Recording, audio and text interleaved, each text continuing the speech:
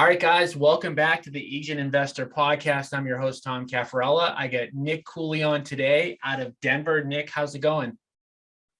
Awesome, man. We're doing our best Miami impersonation with the weather so far this year in Denver. So Yeah, it's beautiful. yeah, I'm in. So it's December in Boston. We haven't had any snowfall, and it's probably like 45 or 50 out today. So yeah, definitely some unusual weather patterns, I guess, across the country, but definitely at Right. least locally for me. Um, so yeah, like we talked about before we got started. I mean, the premise of the show is to feature people who have their real estate license, who have invested. And I know you mentioned to me that like you started with investing and then became an agent. Can you talk a little bit about kind of the beginning stages, like what got you even thinking about investing in real estate to begin? Yeah, totally. So my wife and I, girlfriend at the time, moved to Denver from Austin, Texas. And we went to a New Year's Eve party with a buddy of mine that I played football in college with. And he had just gotten into the business of being a lender. And he was telling me about these people that he worked with that they would buy houses and have other people pay them off for them. And that was kind of the first nugget in an expensive market like Denver that I was like, oh, I can, buy 5, 6, 15 houses and have other people pay them off. And boom, there's your retirement. So that's kind of the nugget that got us started down that road. How far back was that? That would have been 2015. So 6 years ago, or almost 7.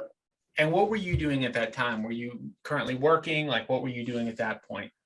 I was. So by the time that we were moving from Austin, because I was getting a promotion within my business to business sales role.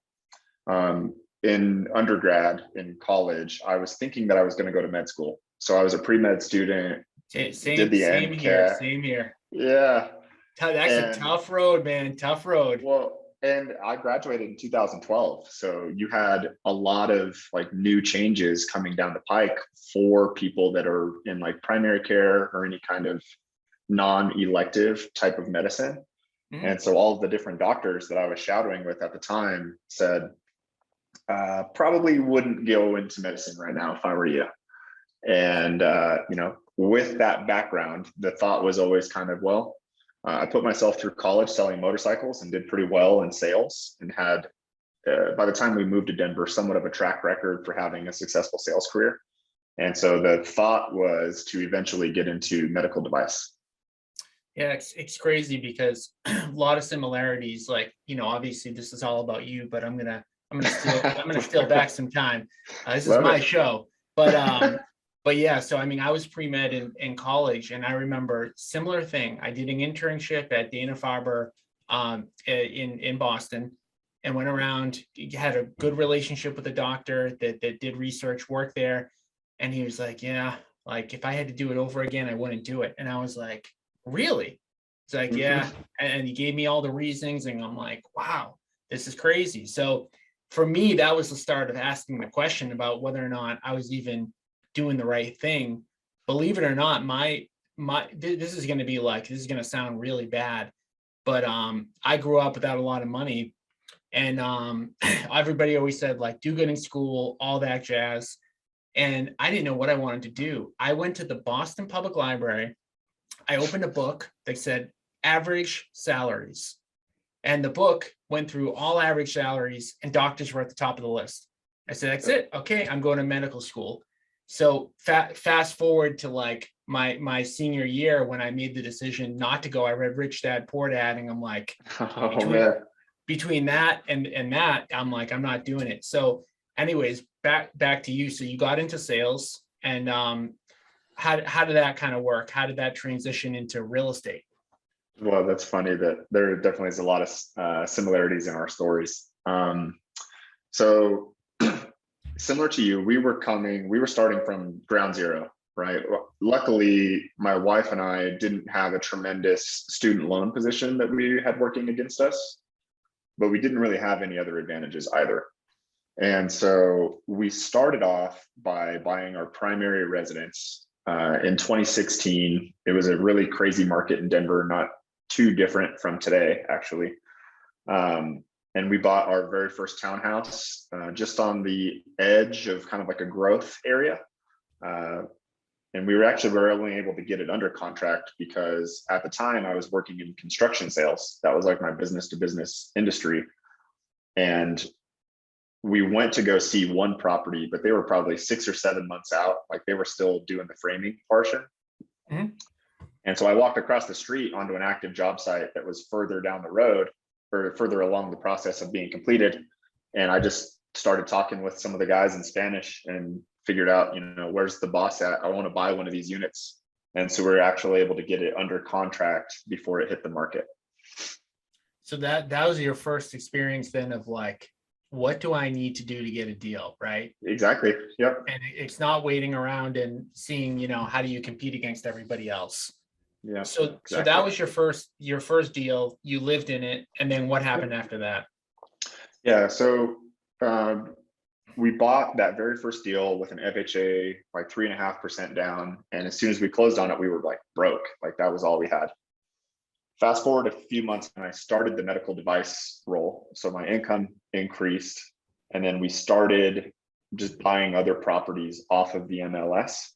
And being in the Denver market, obviously cash flow is a huge luxury. Like if you can find a property that cash flows well, especially if you're not doing it full time, like I wasn't at the time, that it's really difficult. But our focus has always been to increase our assets under management. Coming from, modest means, we'll say, and the rich dad, poor dad influence, the goal was how do you control as many assets safely for the longest period of time possible? So even at the very beginning, it was always an equity build play for us. Fast forward to today, and now we're raising private capital, doing BRRRR deals, doing multifamily deals. But it started with FHA loans and buying stuff off the MLS. Yeah, and people always, ask about like, how do you do your first few deals? And usually it's like a similar story. Like you're using the FHA, you're house hacking, you're BRRRRing, and then, things just kind of go from there. So, so, you did your first deal, FHA, and then like, how did you get to, because it's easy to think about how you get to the first deal using an FHA, because anybody can understand that. But then How did you go from one to like, the next few? Yeah. So, the primary residence equation started first. And that's still, if I work with anybody as an agent or that's a client, I always recommend that they start with a primary. It allows you to start with very little skin in the game. It's extremely safe and your rates are super advantageous. But from there, we basically were just more intentional about saving a portion of our income. And we started moving from one house to the other when we very first got going. So we actually moved out of that townhouse to our second unit. And then once we saved up the down payment for the third one, we moved again, and kept doing primary residence owner occupied loans on the first few. And keeping on to the ones that you left, right? Totally. Yep. Okay. And part of what influenced that decision for us was we had a really hard time knowingly selling something that we could reasonably expect it to be worth more in 10 years. Mm-hmm.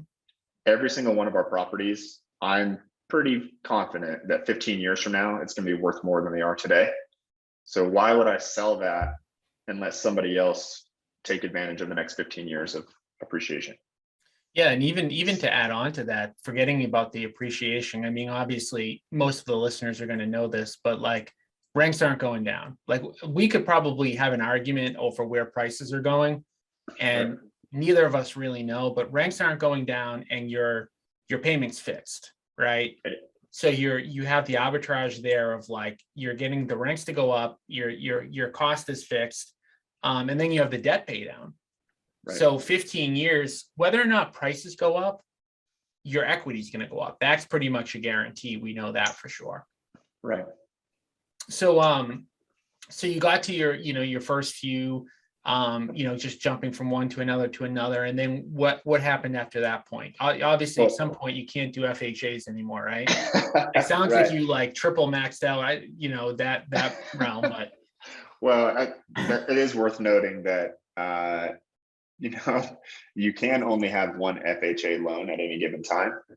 But luckily, over the last few years, we were able to lever like 5%, 3% down conventional loans when we were first starting out, and liquidity was more of an issue. But the funny thing, if you don't sell anything and you continue to acquire more properties, is your equity position starts compounding. And so 4% a year on any one property is nice, but once you start getting to a scale is when you start having more of a business. And that's something else that I advocate for is, if you have one rental property, quit trying to live off of that income. It's not safe. Maybe you can do it for a short period of time, but it's not a sustainable business. And so I'm a huge fan of, or a champion of, getting people to scale as quickly as they safely can. Mm-hmm. So, you talked about like then going to the point after that. Was it about raising capital? Like, how did you get to the next stage? Well, I think, or were you pulling equity from what you had? Like, what were you doing? No, luckily the med device role was one that was a bit more lucrative. I wasn't making like $500,000 a year, but I was doing well-ish. And so we were just really intentional about where we saved money. And really all you needed was, a 5% down payment, and you were off to the races on your next one. Mm-hmm. Now we are in the phase of our business where we've developed a track record for being able to successfully underwrite deals, operate deals. And we've created different entities where we bring on capital partners to allow us to increase scale. And so we've purchased in the last 6 months about $3.5 million worth of real estate here in Denver. Nice. And what type of properties are they? Are they apartments? Are they like what type of asset class are you looking at? A predominant majority of our portfolio right now is single family and small multi, 1 to 4 units. Mm-hmm. Your typical quadplex in Denver is probably going to set you back between $1 million and 1.4. Yep. And so if your goal is AUM, you can, move that needle pretty quickly. Nice. Now, at what point along the way, because I know we talked about the fact that you did get your real estate license, at what point and why did you decide, hey, I want to have my real estate license along with being an investor? That's a great question. The biggest driving factor for that was deal flow. Just this year was finally the first year that I got my license. We bought our first deal in 2016, and then we were in investor mode only for the next 5 years. However, earlier this year, I became an agent full-time and just went directly into it because our portfolio was at the point where kind of our passive or horizontal income is the term some people like to use, was finally at the point where we could survive that leap of faith to a $0 annual salary. Yep. Yeah, because that's tough going from like a high income earning sales position to zero. Exactly. It is tough. Luckily, it's been a huge blessing. I've been able to achieve some success as an agent, but I attribute a lot of that to the fact that our main focus is helping getting other people to create that kind of autonomy or freedom with their own time. Yeah, it's funny because like we've had so many guests on recently that have said a similar thing. And a lot of agents, when they talk to me about investing, they'll say how it will negatively impact their sales business. And I would say the last like 3 to 4 people I've had on have all told stories about how being an investor has, skyrocketed their real estate sales. So how has that kind of, worked for you, and how have you implemented that in your market? Yeah. Well, for one, I think it gives you a steady stream of business. If you can actually speak investor needs and you have credibility in that game, investors are always in the market, up market, down market, sideways market. They're always looking for deals.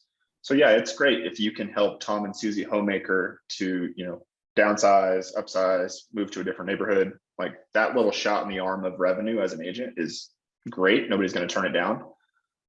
But if you can speak investor and you can show them that you're doing what they're doing, A, you always have a client. And B, I think as podcasts have become more popular, YouTube channels have become more popular, there's not the number of people that are interested in creating an income while they're not working is higher than it's ever been.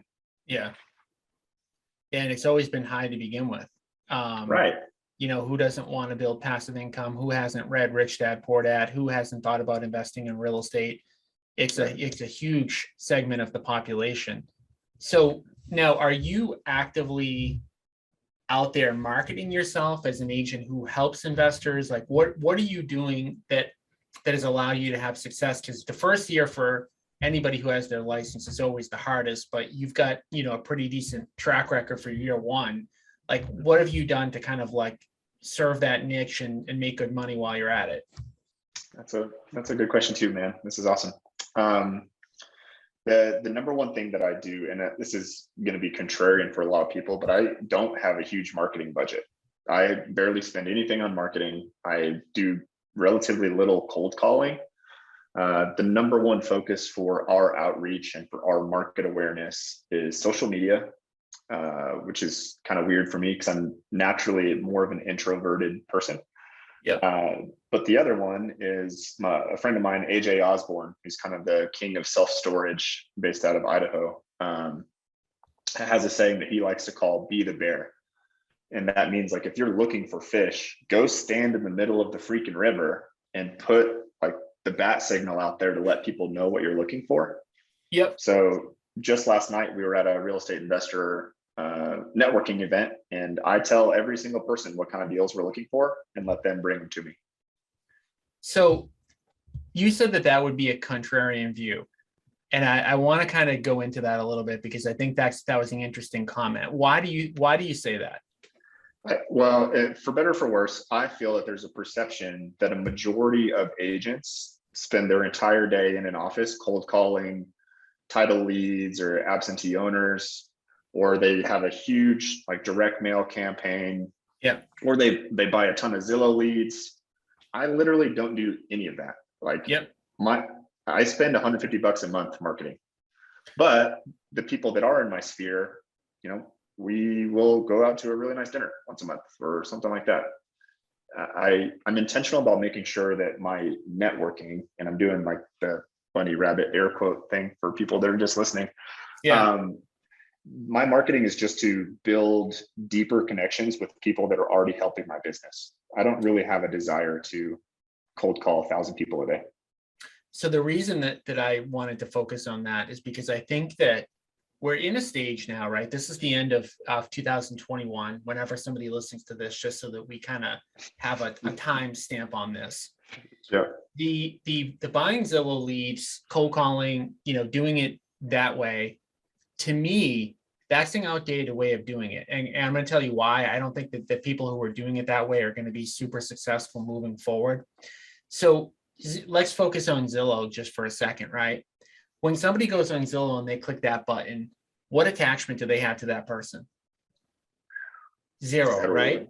Absolutely zero. So when someone goes on Zillow, their only thought is, can this person get me into this property that I want to see, that I found? By the way, you have no value. And if you can't show me it in whatever I want, that could be tomorrow, that could be next week, that could be tonight, I'm going to click the next person, right? Mm-hmm. So same thing with cold calling, right? You're calling somebody up, you're saying, hey, like, I'm XYZ person. On the other end of the phone is somebody who didn't want that call, doesn't have any, doesn't perceive any value for you, and they're not attracted to you in any way. Whereas what you're doing is you're genuinely providing value for a customer. Now, it doesn't have to be an investor that you're providing value for. It could be a traditional homeowner, traditional home seller, traditional home buyer. But like, as the market, the real estate agent market becomes more commoditized, if you're somebody who's working in a commoditized way, you're going to get squeezed out. And, Zillow can do whatever they want. They could turn around, they could become a brokerage tomorrow, not give these leads out. The robocalling rules could get, more strict. That could be outlawed. There's so many different things that can happen. But what you're doing, what you're saying is a contrarian way of doing it, I would say is the way to do it, because you are attracting somebody to you. And they are saying, I'm assuming that like that person, when they're coming to you, they're like, I actually want to work with Nick Cooley. I don't care like what their Zillow profile says. Like, I'm going to him specifically So when that happens, who's your competition? I don't have any. You don't have any, right? So if they're Exactly. saying like, I want to go to you for a specific reason, then you know that that's a client. Yep. So, I think it's interesting because like a lot of the ways that people were taught to do real estate it's not that they don't work anymore, it's that they're not working quite as well, and it's getting worse and worse and worse every year. So you see people try to do this stuff. Now, one more point I'm going to make on it, it's just that talking about like real estate agents cold calling in an office or on the phone all day. Yeah. I don't see people doing it anyways. I think that that's like an urban legend, that it's like what, people think they're supposed to do, but they don't do it. So it's like they're in this world of like not creating true value, which is like what you need to do for any business to be successful. So it's just kind of interesting that you're like at the end of year one thinking that that's the way that you should be doing business, when I think it's just the wrong way to be taught in general. Right. Um, Well, thanks for saying that. so what percentage of your clients are investors versus like, do you work with any, if a person says, hey, I want to buy my dream home, are you referring that out? Are you taking that person on? No, I'm happy to work with people on the residential side as well. A lot of I'd say it's about 50-50 actually. Yep.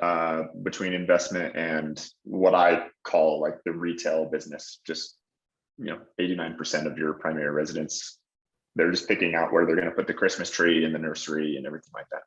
Yep, I just did that. The nursery part or the Christmas tree? Both, unfortunately. Yeah. Oh, congratulations, man. That's awesome. Thank you. Yeah. So, You. but yeah, so you're like 50-50 and Yep. you're happy to work with both, but are you doing anything that is attracting those residential people to you? Or is that just like your sphere of influence, people that know you, and like, if they come to you, they come to you type of thing? What's funny is a lot of that focus, like I said, is social media. And there's something about people constantly seeing a video of somebody from like an arm's length away, where you're kind of making them feel like they know you more than maybe that they really do. And even if you're just always talking about investing on social media or in general, you quickly kind of get that association as being the real estate guy or the real estate girl. And even if it is somebody that just wants to do a residential transaction or a retail transaction, they still think of you first, as long as you're truly showing that you're the expert. And I even think that like the investing might even in their mind put you even like a little bit of a notch up. Like if they understand investing, but then they have to understand how to help me find a home. Right. And that's just a perception that I would think. Exactly. And I've seen the same thing on the ground. There's a perception that like you're more well-equipped as a financial expert and using real estate as a wealth building tool, even if it is something that you're just going to use for your family. Well, if you think about it like this, getting back to the point about like the contrarian thing, I think most buyers in this market, they know how to like go online and search at homes. So that component to it, I don't think that they place a value on. It is all the other things. So if you're an investor, and that might be the part that's missing for them, they may not understand how this could fit into like their financial picture, versus like if you're talking about, hey, like, where's a good place to like live? I think a lot of people already know that, and they've already done their homework. And by the time that they get to you, that's not really like, we train a lot because I've got a brokerage too on kind of like a needs analysis, and we talk about like where you want to live and stuff like that. But I feel like most of the people are kind of like there by the time that you get to them at this point. Totally. I even tell people flat out, like, look, my job is not to show you houses. My job is to help you navigate this market and to put every single bullet in your gun so that if you find the one that you do want to close on, you have way better odds of being able to close on that one if you work with me. So, what are some of your like agent and investing goals over the next like few years? Like, if you thought about that, if you mapped that out, I know you wanted to get to like enough passive income, and that's like probably the number one hurdle for most people. But where do you want to take it from here? So we're hyper focused on AUM, assets under management. I still think that way too many people, as investing becomes more of a hashtag and more of a buzzword, I think there are so many people that calculate, okay, my burn rate a month is $2,500 a month. How do I get $2,500 a month passively, and then I'm free forever? It's like, maybe until the next correction you are.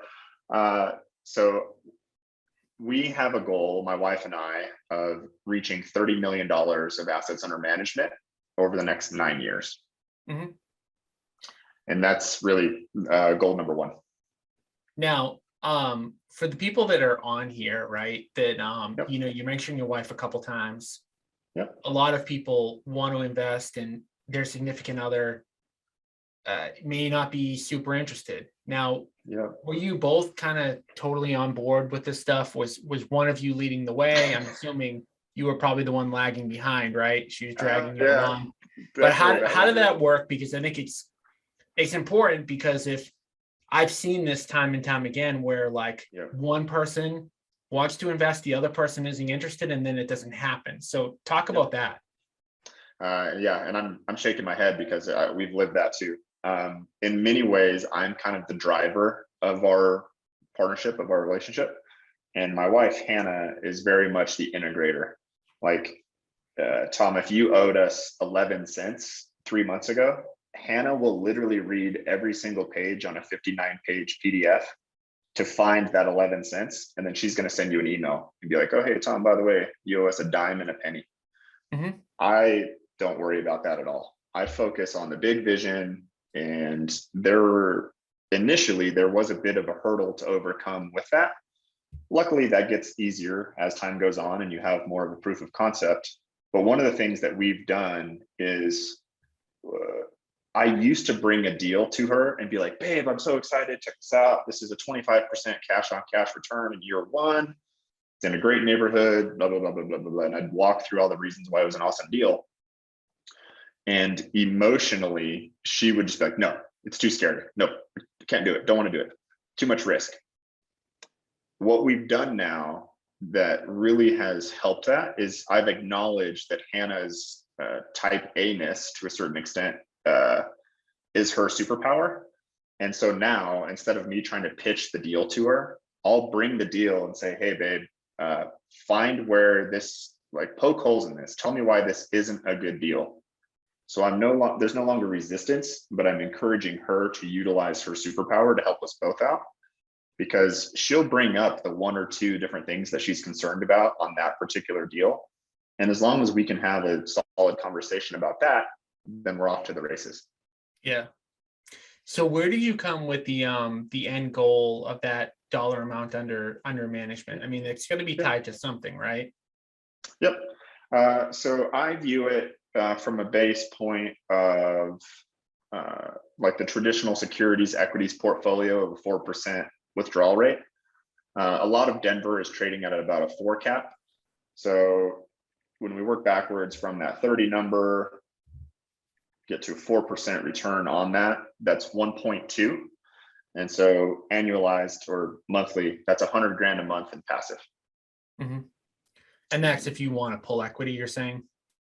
Well, even if we get to that number and we start aggressively paying down equity, I don't think I'm ever going to be at a point in my career where we have the portfolio paid off 100%. But even at 50% LTV, I think you still get really strong passive income at that number. Yeah. So what would you say to somebody who's a real estate agent who's wanted to do investing but hasn't taken like the leap yet to do anything?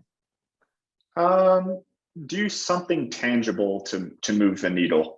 I think there's a lot of people that go to networking, to listen to podcasts, and you can kind of get that serotonin or that dopamine hit of feeling like an investor because you're listening to other investors talking about it, or you can kind of feel like you're moving forward because you're listening to a podcast. Yeah. Right. The very first thing that you should do is start analyzing deals. I challenge brand new clients or other agents that are looking to get into it to just analyze 5 deals a week.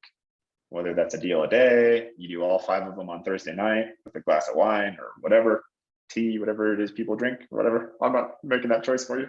But actually analyze deals, and you'll start figuring out almost from like us, you can find what are good deals in your market.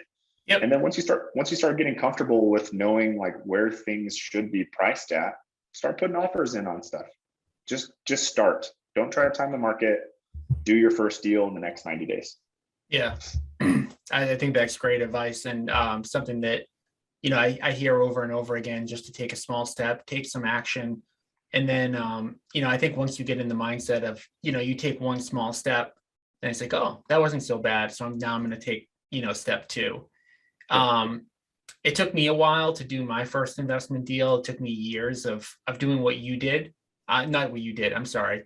Doing what you said that some people do, which you probably were talking about me, which is I did listen going back to when I started in like 05, like I don't know if there were podcasts back then, but there were CDs, there was like a bunch of like networking events, and I did all that stuff. And it took me a couple years to do my first deal.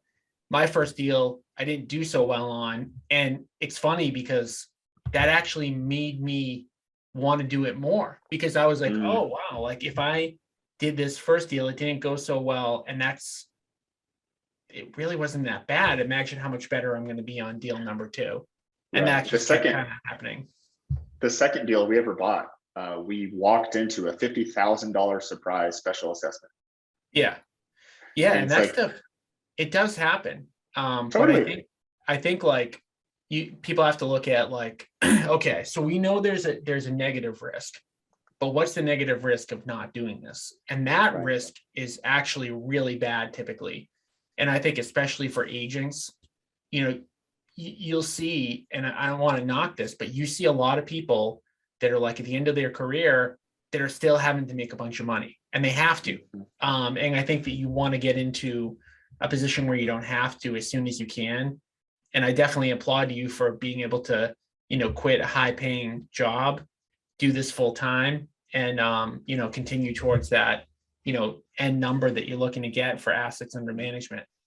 Well, thanks. I think it's important to note for anybody that's listening too, that like we can share stories about all the bad deals that we've done, but even those, like, it's not that bad.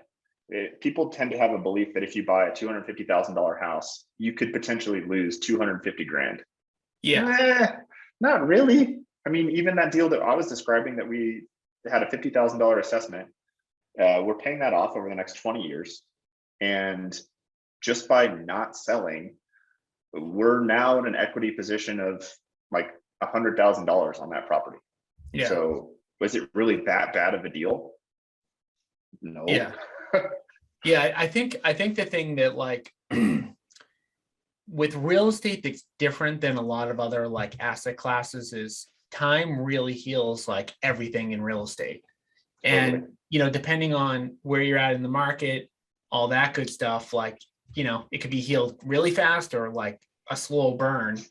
Right. But over the course of time, you've got a fixed expense, rents that are going up, asset values that are going up, pay down of a loan, depreciation. You have Tax kind benefits.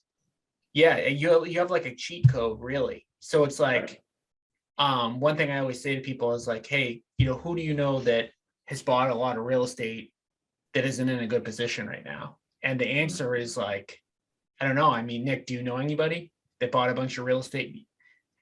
Every single person you talk to that's bought a bunch, and Tom, you'll probably know the exact thing that I'm about to say.